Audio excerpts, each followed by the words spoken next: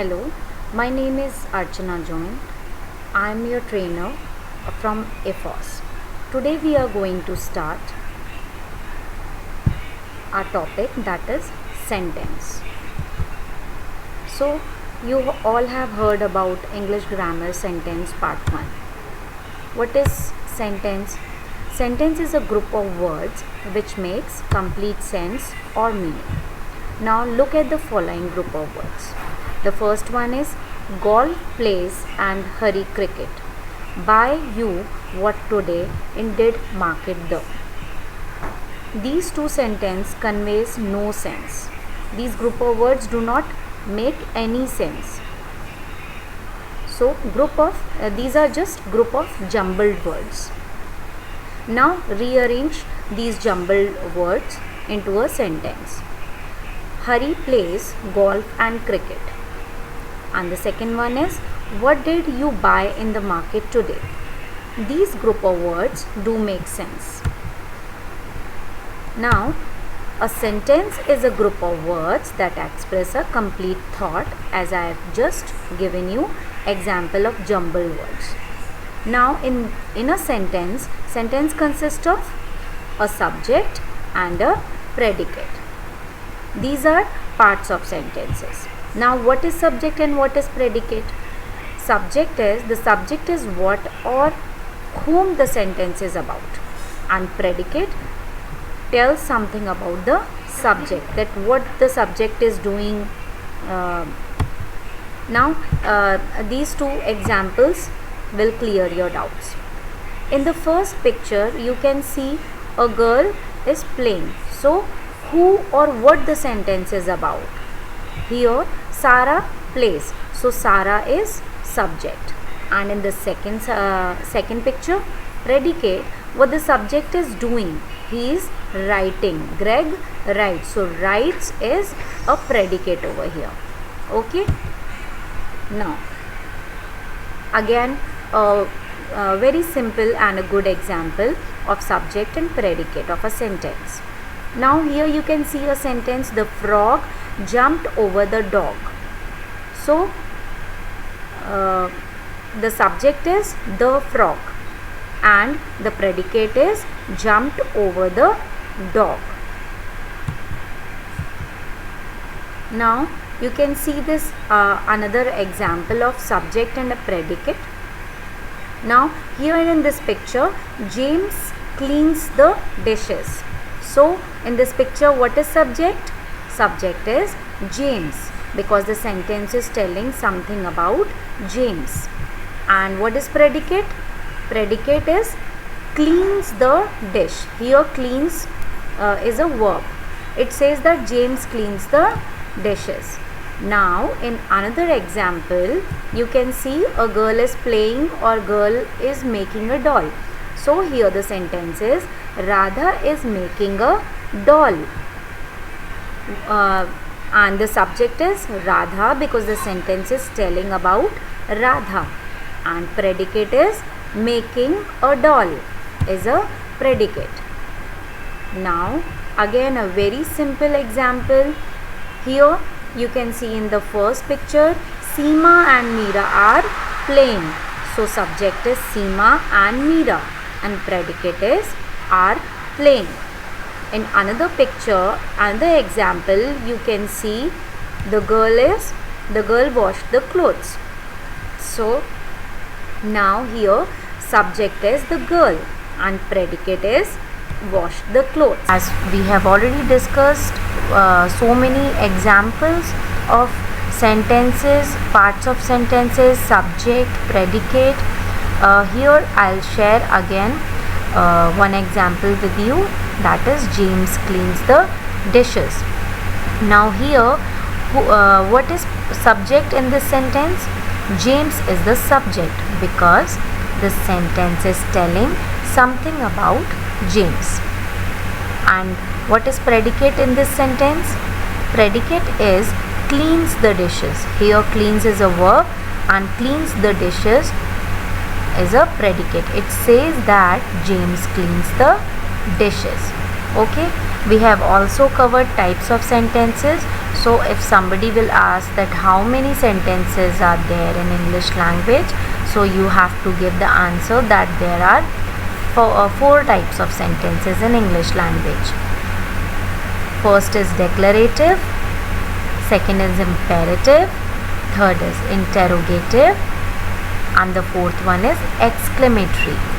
We have already covered declarative sentences in the previous session.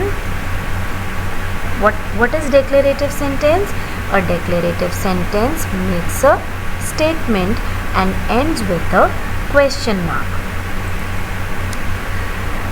There are two types of declarative sentences. First one is very simple declarative sentence, and the second one is compound sentence. Okay, so what is simple declarative sentence? Sentence has a simple structure consisting of a subject and a predicate. For example, pizza is the best. My dog is sick. These are just common and simple sentences. And what are compound sentences? Sentence joins two related phrases with a comma and a conjunction such as and, yet, or but.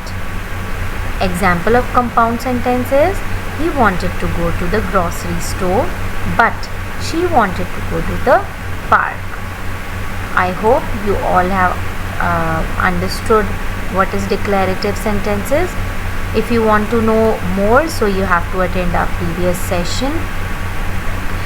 Now we'll move to imperative sentences. What is imperative sentence? Definition of imperative sentences are: imperatives are verbs that create an imperative sentence, a sentence that gives a command or an order. When reading an imperative sentence, it will always sound like the speaker is bossing someone around. Okay, so there are three conditions in imperative sentences. First is order. In Hindi we can say आदेश देना. Okay. Second one is advise, means सलाह देना. Third one is request, means आग्रह करना. Some examples of imperative sentences are: sit quietly in the classroom, don't forget your books, be nice to your mother and father, go to market and bring some vegetables, speak politely with your elders. These are just imperative sentences examples. Now today we will cover interrogative sentences. What are interrogative sentences?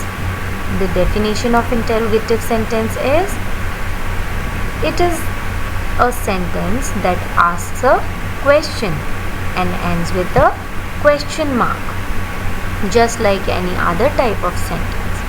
It has a subject and a predicate. In this kind of sentence, the first verb precedes the subject. Now, the another thing for interrogative sentences present you the opportunity to gather information and do away with confusion, while at the same time allowing you to engage others in a fascinating dialogue. They are also essential when it comes to writing, as they act as an organizational tool. For instance, you can structure questions as headers and answer them to expound the idea in a more detailed manner, especially in descriptive writing. Here I can explain you in a very simple manner that what is interrogative sentence. An interrogative sentence asks a question, it ends with a question mark. For example, may I borrow your newspaper? Did you turn the light off? What is your favorite song? Do you ride the bus? Have you ever visited New York City? Here, an interrogative sentence is a type of sentence that asks a question. In all the above examples, you have seen there is a question mark after every sentence. We put a question mark at the end of an interrogative sentence. The term interrogative sentence is another name for a question. Now some examples are you completing your project? Have you had your breakfast? Read the sentence given below. I am skipping. Jack was at home. These are just simple statements. Okay, now we can turn the above statements into questions in the following manner. Jack was at home is a statement, but when we have to convert this statement into question or an interrogative sentence, we have to put question mark at the end of this sentence. Okay, now here we can convert what we'll say. Was Jack at home? Write was before the subject. And what is subject in this sentence? Jack is the subject in the sentence. And after that you have to add a question mark. Now when the verb has more than one word, we put the first word before the subject. For example, you have seen the movie. This is just a statement, but when we have to convert this statement into question or an interrogative sentence, what we have to do? We have to write have before the subject. You. Here in this sentence, you is the subject. So instead of you have to write have. And we have to write, we have to add a question mark at the end of this sentence. So when this statement, you have seen the movie, this statement we have to convert an interrogative sentence. The framing of this question will be, have you seen the movie? Now WH family words.